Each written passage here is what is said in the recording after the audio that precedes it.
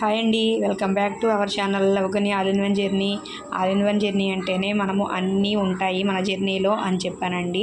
అందుకే cooking videos కానీ, daily vlogs కానీ, ఏమన్నా ఫన్ ఇన్సిడెంట్లు కానీ అలాంటివన్నీ ఉంటాయన్నమాట. మ్యాక్సిమం ఏదో ఒక వీడియోలో ఏదో ఒక కంటెంట్ అనేది ఉంటుందన్నమాట. అయితే ఈరోజు నా evening routine, evening 4 to night 8 వరకు నేనేం చేస్తాను, ఎలా చేస్తాను అనేది మీకు చూపిస్తూ ఒక మంచి టాపిక్ తీసుకుని మీతో మాట్లాడదామని అనుకుంటున్నానండి. అయితే ఈరోజు డబ్బుల విషయం గురించి మాట్లాడదామని అనుకుంటున్నాను. నా మనసులో ఉన్న మాటలు మీతో షేర్ చేసుకోవాలి అనుకుంటున్నాను. మీరు కూడా మీకు అనిపించింది కమెంట్ సెక్షన్లో కమెంట్ చేయండి. అబ్బా, వీడియో చూస్తున్నారు కానీ కమెంట్ అయితే చేయటం లేదు. కమెంట్ చేస్తే మాకు కొంచెం సపోర్ట్ అనేది ఉంది మన యూట్యూబ్ ఫ్యామిలీ నుంచి అని చెప్పి ఇంకా మాకు మోటివేషన్గా ఉంటుంది. కమెంట్ చేయండి. అయితే ఇక మనం మాట్లాడుకునే విషయం ఏంటంటే డబ్బు అన్నమాట.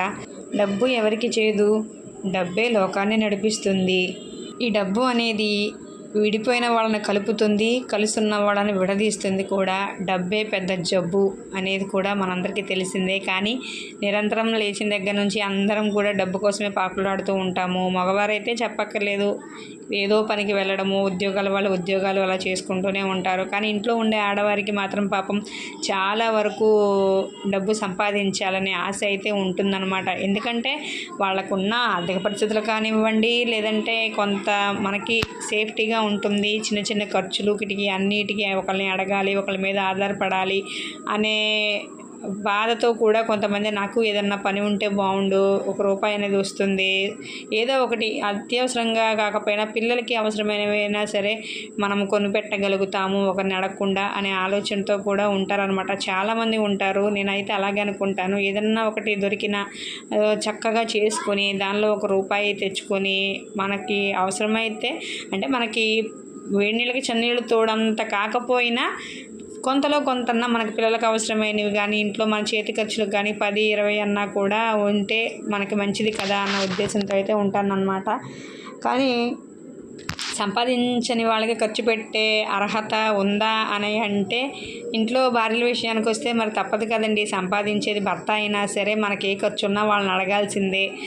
అనవసరంగా అయితే ఎవరు ఖర్చు పెట్టం కదా. ఏదైనా అవసరం అవుతుంది, అన్నీ చెప్పి రావు కదా. ఇప్పుడు భర్త ఆఫీస్కి వెళ్తారు, లేదంటే ఏదైనా పనికి వెళ్తారు, ఏదన్నా వస్తుంది, పిల్లలు అడుగుతారు, అలా కొనిపెట్టడం కానివ్వండి, ఇంకా ఏదైనా కావచ్చు. కొన్ని అయితే కొంతమంది అన్నిటికీ ఒప్పుకోరండి. భార్యలు ఇది కొనుక్కుంటాను, అది కొనుక్కుంటాను అని చెప్పని అడిగితే, అంటే దుబారా కాకపోయినా కొన్ని అత్యవసరమైన ఖర్చులు ఉన్నా కూడా వాటికి ఒప్పుకోరు అనమాట.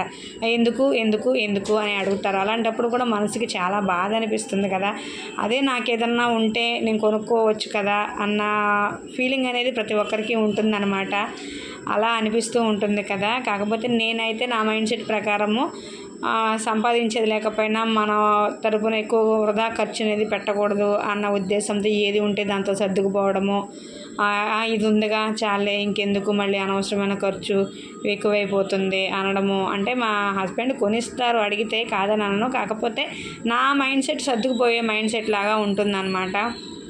ఎందుకు అనే మాటే వస్తుంది. మా పిల్లలు ఏమన్నా అడిగినా కూడా వాళ్ళకి వివరించి చెప్తాను అనమాట. ఎందుకు నాన్న, దీనివల్ల ఇలా ఉంది, ఇది అవసరం లేదు, ఇంకోటి కొనుక్కుందాము అని వాళ్ళకి చెప్తే నేను వాళ్ళని కాంప్రమైజ్ చేస్తారనమాట. కానీ చిన్నపిల్లలు కదా, ఎంతవరకైనా కాంప్రమైజ్ చేయగలము, వాళ్ళని చేయలేము. ఎప్పుడొకప్పుడు వాళ్ళు బిగపెడతారు, ఏడుస్తారు. అలాంటప్పుడు తప్పనిసరి పరిస్థితుల్లో వాళ్ళకి అవసరమైతేనే కొంటానండి. అది కూడా అనవసరమైన ఖర్చు అయితే నేను వాళ్ళకి పెట్టను అనమాట. ఎందుకంటే ఒకసారి మనం ఇచ్చామంటే అలాగా వాళ్ళు మొండి పట్టుదల పట్టడము, ఏదో ఒకటి చేస్తారు. ఎలాగైనా సాధించుకోవాలి, కొనిపించుకోవాలి అన్న థాట్ వాళ్ళ మైండ్లో పడిపోతుంది అనమాట. అందుకని వాళ్ళకి అంత కూడా ఇవ్వకూడదు. వాళ్ళకి ఏదైనా వద్దు అని ఒక మాట చెప్పేదానికన్నా మనం ఎందుకు వద్దంటున్నాము అనేది ఒక ఎక్స్ప్లెనేషన్, వివరణ అనేది వాళ్ళకి ఇస్తే వాళ్ళు అర్థం చేసుకుంటారనమాట.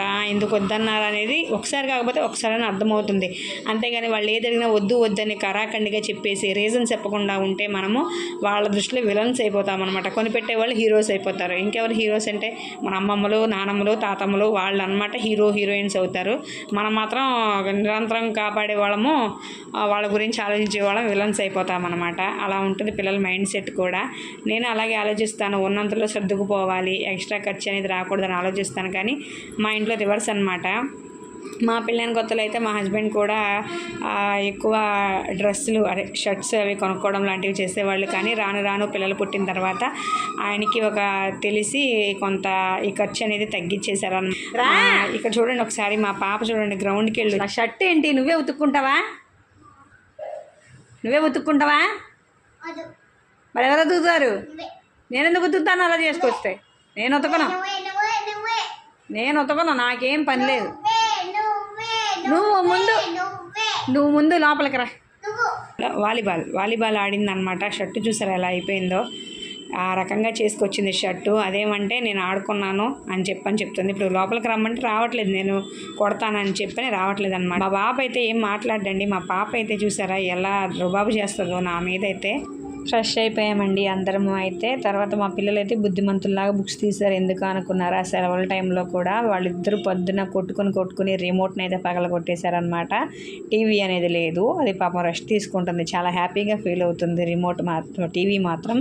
అందుకని బుక్స్ తీసి వాళ్ళు ఓల్డ్ బుక్స్లో ఉన్నవన్నీ బొమ్మలు అయితే వేసుకుంటున్నారనమాట.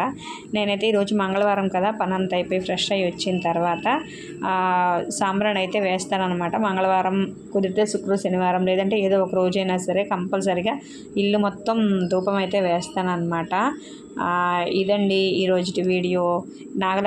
నాలాంటి మైండ్ సెట్ వాళ్ళు కానీ ఎవరైనా ఉన్నారా? మీరు డబ్బు గురించి ఏమన్నా చెప్పాలనుకుంటున్నారా?